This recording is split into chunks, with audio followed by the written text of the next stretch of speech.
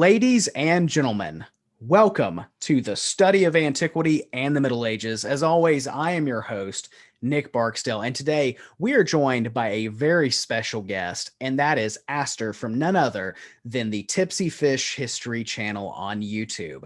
And Aster for us today is going to break down why non-slave owners fought for the Confederacy in the American Civil War.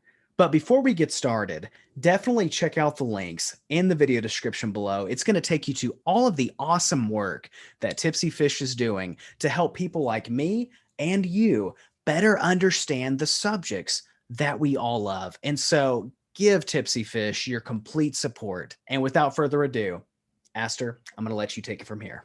Thank you again for having me on, Nick.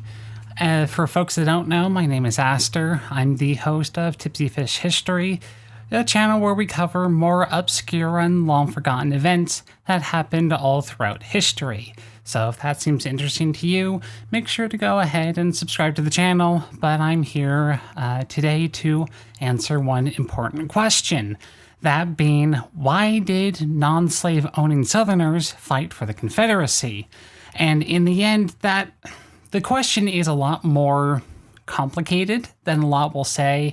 And generally whenever people in modern times talk about the Confederacy, whether it be via images or via the Virginia battle flag, not the flag of the Confederacy, they will always bring up heritage and culture and things of that nature.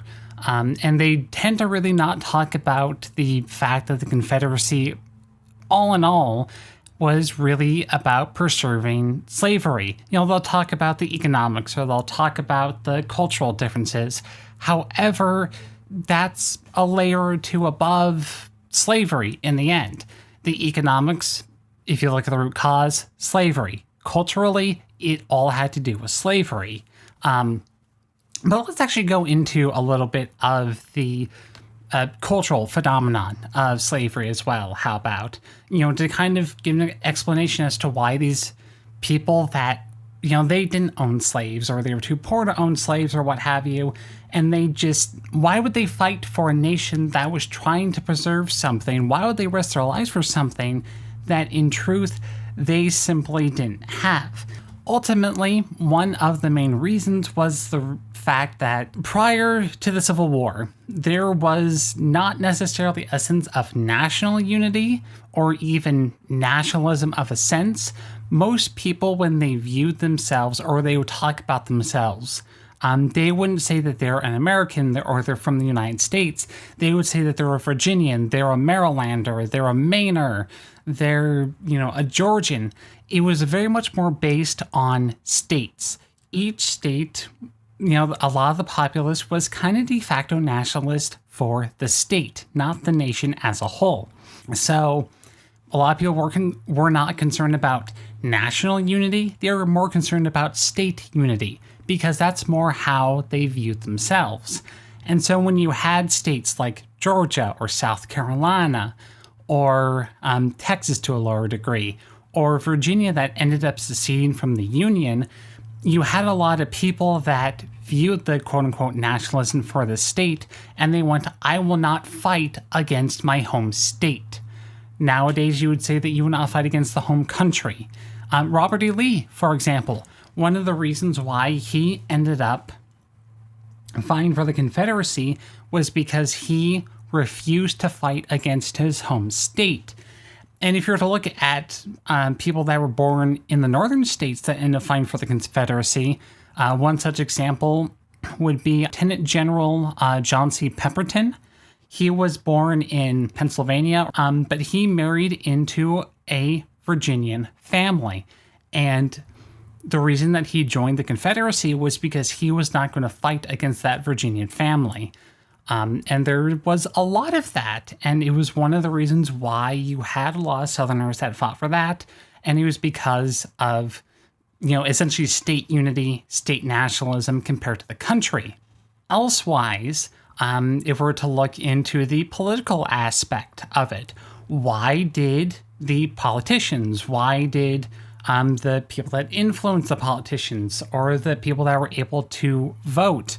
The people that were able to vote, by the way, were primarily more wealthy individuals, and they were by then more likely to have slaves in general because they could actually afford to own slaves. But ultimately, why did they want to essentially secede? What was the reason behind it?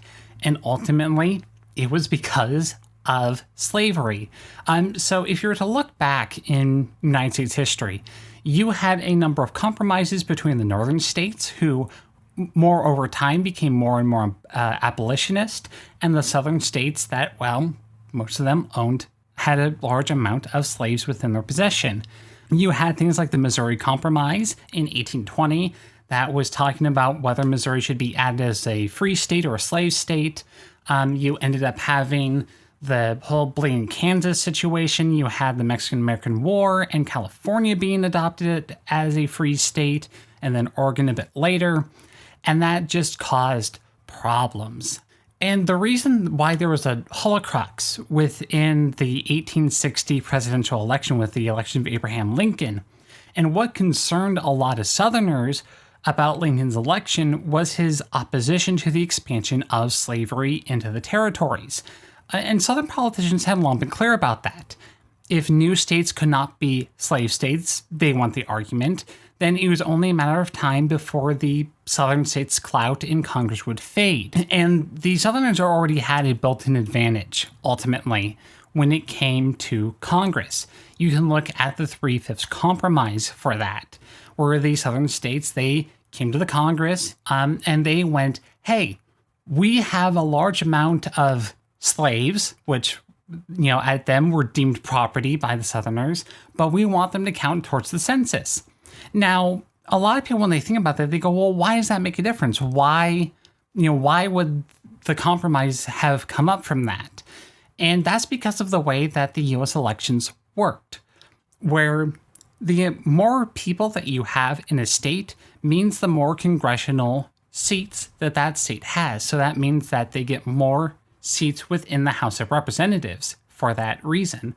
And then when it comes to presidential elections, then that state has more power in terms of deciding the president, because they based on the Electoral College, and the Electoral College is a combination of the amount of senators that a state has, plus the amount of seats that they have in the House of Representatives, combine them together, and you have the total amount of electoral votes that a state has. And those go towards the president, and it's a whole convoluted thing that I will not go into on here, but it's part of it. And so they want to have the enslaved individuals count towards the census, giving them more power while giving them no power. So they would be able to, to essentially have more power by the fact of owning what they deemed at the time property. And the Northerners were like, no, that's not okay because you deem them as property. Why would we count them in the census? And so they had the 3/5 compromise, which every 3 out of 5 enslaved individuals would end up counting towards the census. And that gave Southern states a huge advantage in terms of policy making throughout most of the 19th century, and also gave them a significant more amount of power. And that was...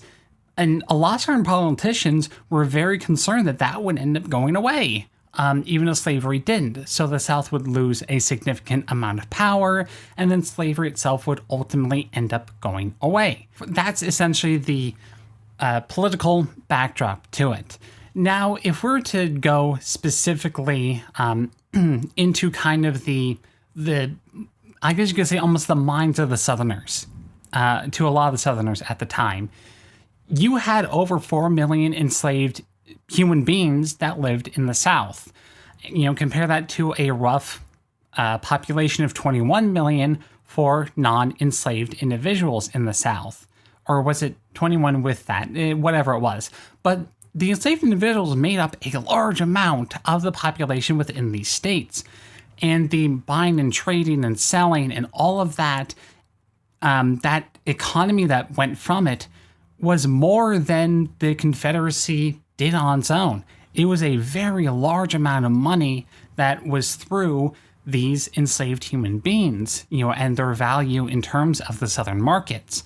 But even with that, to go a bit more into the cultural aspect to it, a lot of people now really view slavery as the people that were enslaved, they worked on plantations, or they would work as only cleaners or something of that sort. But they did a lot more than just that, they didn't just work on plantations. In some of the larger cities, for example, they worked as street cleaners, they worked as bricklayers, carpenters, bakers, laborers. They were ship hands or dock hands. They were merchants of a sort. They would cook the meals for individuals. They cleaned, they would raise the children, they would do the daily chores. And they really kind of impacted a lot of Southern society by that, so even if an individual didn't own slaves, they were still byproduct of living where they were, heavily impacted by slavery. And what happened is that the South started to feel increasingly more belligerent as the North increased its criticism of slavery. You had a lot of abolitionist societies that would spring up, both in the North and some that would try to kind of work their way into the South, but a lot of that didn't work. You had Northern publications that were demanding the immediate end of slavery. You were having some members elected to the House and I believe even the Senate from the Northern states that wanted to permanently end slavery. You had the British that terminated slavery in the British West Indies. And so Southerners, by and large, they were seeing kind of the acceptance of their culture end up collapsing. And a lot of them may have even kind of almost felt as prisoners in their own country, condemned what they saw as a hysterical movement almost, because they were so ingrained in their cultural norms of slavery that anything outside of it was just not something that they could conceive. And this isn't me defending it, of course. This is just me giving examples as to kind of this thought process behind a lot of the people at the time. And that's where you still have a lot of the bigoted laws. That's why you had Jim Crow, was because Southern society did what they could to make things how they were beforehand, before the end of slavery. And that's why you have a lot of like the lost causers sort of thing, where they try to make a rationale for why their culture de facto ended, even though their culture was based on slavery, the enslavement of human beings. And that's how you have the lost causers. That's how you have people decrying Lincoln as a warmonger. And, I think even still in some Southern schools, it's called the War of the Northern Aggression. They still call it that in some schools. And it was instilled that the controlling of the enslaved population was something that all white individuals should be concerned about, whether or not they owned slaves or not. And the South actually instituted a lot of laws prior to the Civil War and even during the Civil War that did this almost, that became very authoritarian, almost police state-like. Such as things like there were curfews that governed the movement of slaves at night. There would be vigilante communities that would patrol the roads. They would have, they would dispense justice to wayward slaves, and they would attack white individuals that they thought were harboring abolitionist views. They had laws that forbid the spread of abolitionist literature, and even in the church, you had a lot of that sort of thing where they promoted a lot of slavery and tried to justify it via the religion. And you actually had splits within a lot of the Protestant churches. The three main ones at the time, and I don't know religion now, so they may not be as major anymore, but as the North and South divide grew throughout the early 19th century, you actually had a split within the Protestant churches. Presbyterians split between North and South. You had the Methodists that split, and then the Baptists. The Baptist church also split between North and Southern in I want to say also in the 40s. I don't remember the exact year. And with that split, again, it became very ideological, almost, I don't want to say cult-like, but you had such a huge dichotomy of differences where Southern pastors, Southern clergymen would praise the existence of slavery and say that it needs to exist because the Bible says it does. Was used to demonstrate that God had like ordained slavery, and they expressed it specifically to Black individuals. They would cite passages from Leviticus that authorized the buying, the selling, and like the holding of slaves as property. They would document that Abraham, Jacob, and Isaac owned slaves, arguing, saying how in the Old Testament that the saints were slaveholders.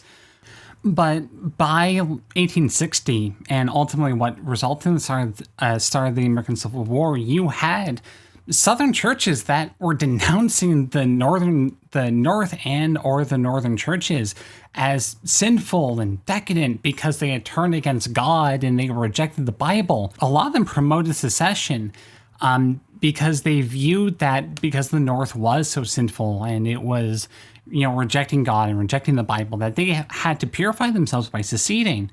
There was one South Carolina preacher that said something like, we cannot coalesce with men whose societies will corrupt their own, and bring down upon an awful doom or something like that. I don't remember what exactly it was. But a lot of this brought about a new strive of Southern nationalism that was even separate from the states in many regards, where the issue of slavery became almost a nationalistic issue. And that's why it persisted even for so long after the Civil War during the Reconstruction era, and even with the formation of the KKK.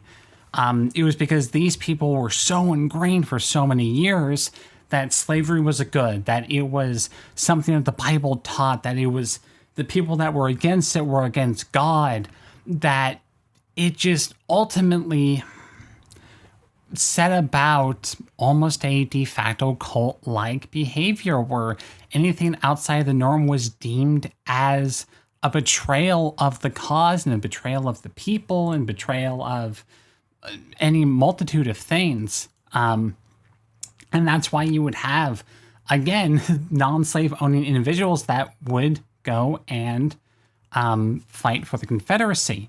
Now, you did have individuals, you had a fair number, a multitude of thousands from the southern states that still didn't buy into it. And a lot of them would actually go and fight for the North in one way or another. You had tens of thousands in North Carolina that ended up going and joining the North during their during the Civil War. North Carolina, actually, they, by a margin of like less than 1%, ended up voting to stay in the Union, but because they were surrounded by Confederate States, they seceded anyway because they knew they wouldn't be able to survive. And you even had West Virginia that seceded from Virginia to become its own state. And when you look at the vote for secession in the United Virginia, because you can actually find maps on that, you will see that West Virginia, by and large, voted against it. Now, if you look at the slave-owning population within West Virginia, you'll notice that there were very few. I don't know how many there were off the top of my head, but I know that there were very few. And so the people within West Virginia, by de facto, they didn't have this slavery complex, this, slavery as part of their culture. And so they were like, no, this is stupid. We don't want to secede. And so they seceded from Virginia to essentially join the Union. Another example that you can see of this would be within Eastern Tennessee, where you had you had a large section of Eastern Tennessee that was a Unionist strong bed. And the reason for that was because there were not many slaves within Eastern Tennessee. And so you can see even within states that did secede that where there wasn't slavery, you didn't have, or I should say where there wasn't as many, if really any at all slaves within a region, that those people didn't want to secede. They were adamantly against secession. And that's because in areas where there was a good bit of slavery and slaves in general, they got radicalized to view any sort of reduction in the owning of other individuals that they couldn't see anything else, essentially. And elsewhere within the South, you had multitude of thousands of individuals that would join to the Union, but you didn't have many Northerners that actually joined the Confederacy for the same reason. And so if you thought it was based on culture or based on economics, you would imagine that if that was the ultimate reason, that you would see a lot more of Northern crossover, but you don't. Yeah, I listed John C. Pemberton, and I can think of another general, but I don't remember his name, from New Jersey. But those two examples were because they married into Southern families, into what became Confederate families. And so they sided with that for that reason. But you didn't have multitude of thousands of Northerners that went and joined the Confederacy. You had a few, of course, but not a whole lot.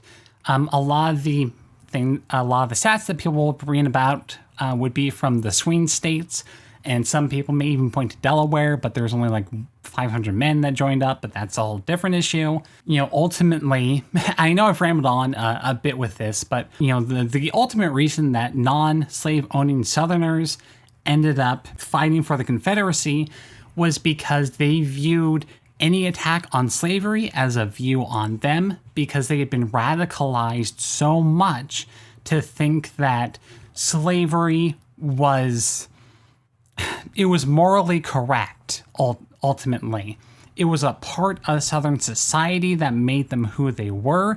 It made their religion what the religion was, and they had been for years told that anyone that viewed it differently was someone that was not one of them, almost not subhuman, but they were defilers in the face of, they were essentially the defilers in the face of God.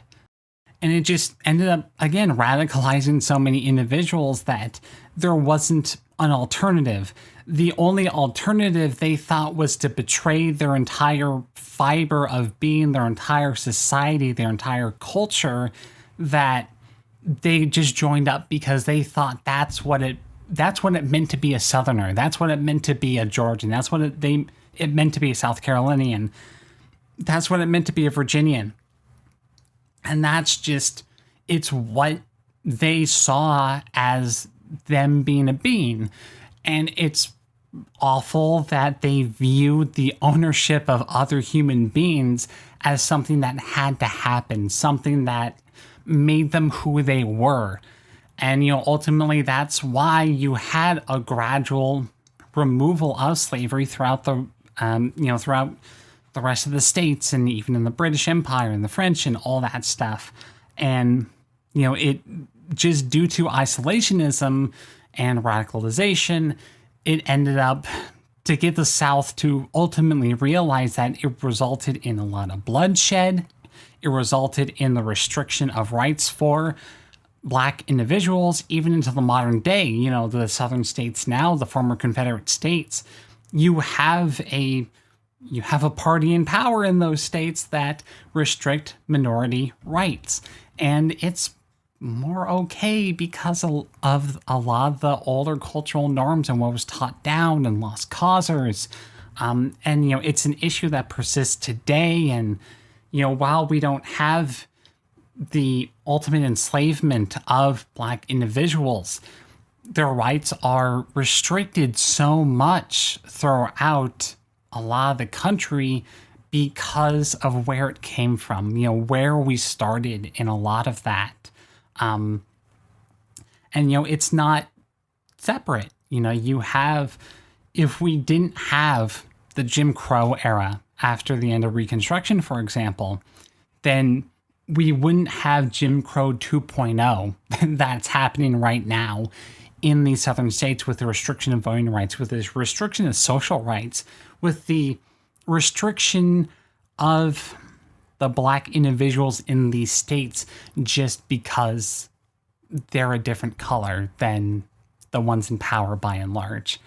And that's a problem.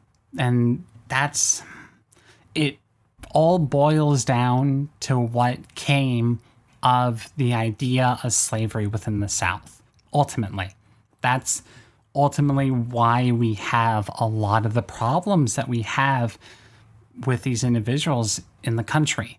And it's not their fault, not at all. They are just trying to exist like anyone else. But people don't want that. And that is horrible and disgusting. But essentially, that's kind of my my spiel about why non-slave owning Southerners fought for the Confederacy. So hopefully y'all ended up enjoying that. And if you have any questions, just feel free to ask me. I'll do my best to answer. Once again, my name's Aster. I'm the host over at Tipsyfish History, where we cover lesser-known topics and events that occurred through all times and ages. Thank you again, Nick, for having me on, and I hope to see y'all again in the future, so take care.